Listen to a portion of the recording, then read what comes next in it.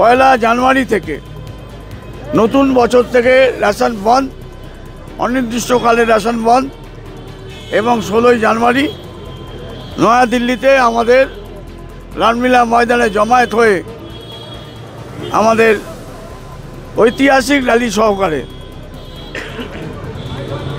প্রধানমন্ত্রীর কাছে ডেপুটেশন। ধর্মঘট চলবে, ধর্মঘট এইটা আমাদের শেষ লড়াই, লড়ইয়া মরো, ডু অর ডাই আন্দোলন, এই আন্দোলন চলবে।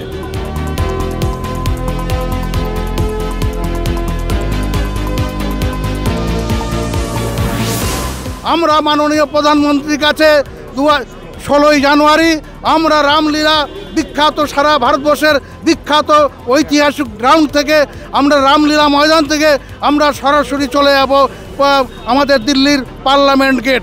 সেখানে আমাদের অবস্থান বিক্ষোভ সারাদিন চলবে, কারণ আমাদের এই যে প্রধানমন্ত্রীর কাছে আমরা ডেপুটেশন দেব যে আমরা কি মানুষের স্বাধীনতার আজকে প্রায় 55-56 বছর হয়ে গেল, আমাদের রেশন ডিলাররা এখনও কেন রাস্তা নেমে আন্দোলনে করবে?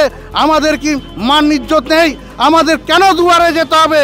আমরা ফেরিওয়ালা, নতুন করে ফেরিওয়ালা কেন হব?